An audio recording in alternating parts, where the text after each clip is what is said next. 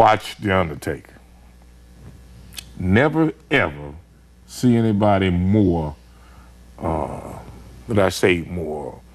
business, more oriented as far as knowing exactly what it takes in order to be successful in what you're doing and what to do, how to do it, when to do it. You know, things of what you're supposed to do at being in this business. Watching him carry himself gave me a very good, profound idea of how to do this upon coming there. You know, because I'd had some brief dealings with him and working with him down, you know, in WCW, which they didn't see anything in him. Right. Right? Okay? That didn't surprise you? Yeah, no. Okay? So, right. Which they didn't see in him. All right? Damn. Goes to New York and look. With Vince McMahon and we got The Undertaker, right? But no, they didn't see it. But once I got there, he was very helpful. Even to this day, still is. You know? So I kind of watched him, patted myself off of that in ways that he's carrying himself. So I never, you know, got in too much into that. I'm not asking for you to reveal the trade secrets here, but what types of things, when you said that you watched him and how he understood how the business worked, and you kind of well, he never got involved in that shit. You know, I mean, he did his own thing. You know, you know, click here, click whatever the hell that meant. You know, I just watched. I never saw him be involved in part of that. Got along with everybody, man enough to tell you what the hell he thought, what was on his mind, and that's, you know, and that to me was exactly the way I wanted to do and carry myself, you know.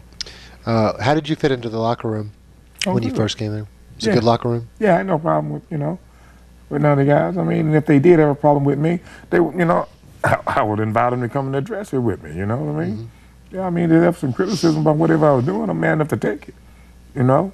Yeah, if you're man enough to dish it out, you got to be man enough to take it. Mm-hmm. There was rumors that it was a pretty crazy partying scene at night there, more so than some other locker rooms, or would you say that would be untrue? No, it wasn't. No, not all that crazy partying type of thing, no. So most people were professionals? Yeah, it wasn't, no. I mean, you know, whatever the guys did after they left that was their business. You know, no, it wasn't all that crazy shit, no. How about your early series with Mark Marrow? As far as like working with him, you mean, or what? Yep. That's different, you know. I think he, you know, Mark kind of let a shot to his head a little bit in a lot of ways, you know. Got a little pompous, carried away, you know. Shit happens like that, right, with a lot of guys, you know. And, but for the most part, it never got to the point of where no balling point or nothing with us, you know. How about your matches against The Undertaker? I still watch them today. Yeah. Couldn't believe it when you know, just to come out there, man. And, you know, I'm a big fan of him. Shit, always have been. To this day, hell, I ain't a big fan, you know. And just standing in the ring and just to hear the sound of that bell, just saying that, and I'm knowing that I'm finna, I mean, shit, I'm here, you know. Right. Nothing like it, man. Would you say he's the one? If you had to say one guy is the most respected guy in that locker room? Without a doubt. Yeah. And nothing come closer. Nothing. No one. No one. I can't. I wouldn't even put anybody second. Right. You know. Did you sense any of the tension with the Bret Hart, Shawn Michaels stuff that was going on? Yeah, of course. That shit's still there. It's still there. I mean, that'll always. You know. I mean, even to this day, I'm sure that, you know, the people still, you know, heckle Shawn about it. You know what I mean? Yeah. You know, that'll always be there, man. You were at the actual Montreal. And that, you know what I mean. But that'll always be there. That's, I mean, you can take a look back at the film and see, hey, you know, there was. We could watch the film, but tell us what the boys were thinking in the back after this. Shit, what they were thinking, they didn't have time to think, because they had no idea. Yeah. You know, shock, chaos. Shit, nobody knew what the hell was going on. You know, totally. I mean, you take a look at Bret, right? So myself and everybody else, how the hell are we supposed to, what are we to think? It's total shock. You had no idea what to think. I mean, hey. But one thing you knew for sure, though, was this, that, hey, you're going to do what the man has asked you to do. Nobody's above this. Right. Okay? This is how the business works, all right? We're there to enhance, we're there to make, we win, we lose, we keep building to make everybody reach as high as they can get. That's how the business works. So that message did get across to me and everybody that was back there. That's how this works. Ain't nobody above the whole entire company. How about Triple H is rumored to basically, you know, now I'm sure it helps that he's married to the owner's daughter and stuff, but that he basically they're in love, man. That ain't got nothing to do with that. No. They just fell in love with each other. But it's rumored to say what? Did when Triple H, I guess, came into Stephanie, when I guess he used to date China, and then he became Stephanie. Did you sense any sort of differences in the way he was treated? He had more confidence in the locker room, maybe confronting people, or. Oh, come on, no. I didn't notice any difference in any change in him, man, from when he was dating China, and I never even took no interest in him when they were like dating, he and China were dating. You know, that's their business. You know what I mean?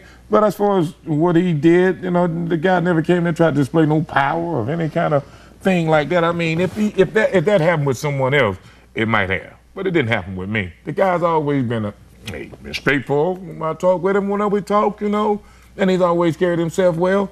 I mean, don't go around mad at the man because he's married to Vince McMahon's daughter. You can't be angry at him because, hey, some of the other guys may have tried and they struck out. Say, that's the way it goes, right? So then you got a lot of haters out there probably pissed off at him because it didn't happen with them, but guess what? So you think a lot of guys tried for Stephanie? Shit, I'm sure they did. Yeah.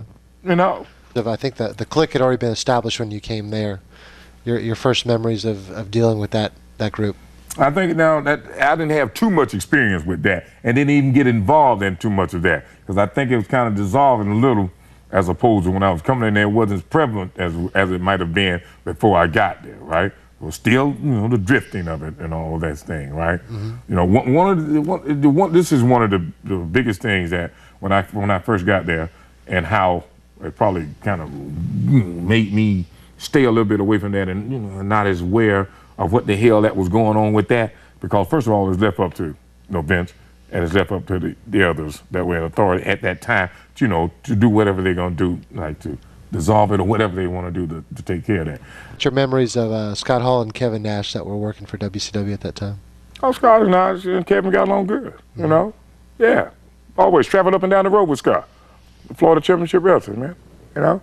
He and Armstrong in the van together. Hey, we got along great, man. You know? About some of your early matches, you wrestled Mick Foley. I love him to death, man.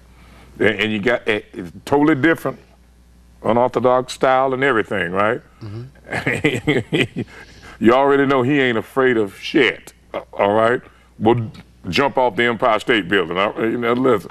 So you know, great to work with, but even then, you know, you gotta cause man, I jump through firewalls, jump nails, tacks, do everything. Love him as a great guy, good human being, you know, great entertainer, man, even to this day. Yeah. Vader had people say that Vader had a problem, you know, putting certain guys over and working with certain guys. Did he have any reservations about the outcome of that match? Well, if he did, he never showed them to me. Never showed to you. You know, he might have did it back in the office or back, you know, behind the scenes and all, but, you know, he never did it to me, you know. Right. No, we did that. We did business well, you know. Were you disappointed that they didn't book stronger opponents against you with your run as a champion? No, really not really as it was, you know. And like I say, you know, if it was something to be token or whatever the hell it was, right? You know, I think they got a good ride out of it. I worked with Rick Rude doing that, you know, during the time. So I had some good opponents during the time, and it was a good period of time, not only for the business, you know, and he just mentioned for myself, which I'm very proud of doing it, you know. And I would like to think as a result of that, it did help to open up more doors for blacks, you know, people of Hispanic nature, all of that, you know. Because, I mean, let's look back at it now. This ain't no secret. Hell, you know, it was purely white for a minute, okay? So then, hey, you know, more people saw that, hey, there might be a chance. And so we had a lot more influx of black guys trying to get a chance to get a shot at it. So it had its advantages.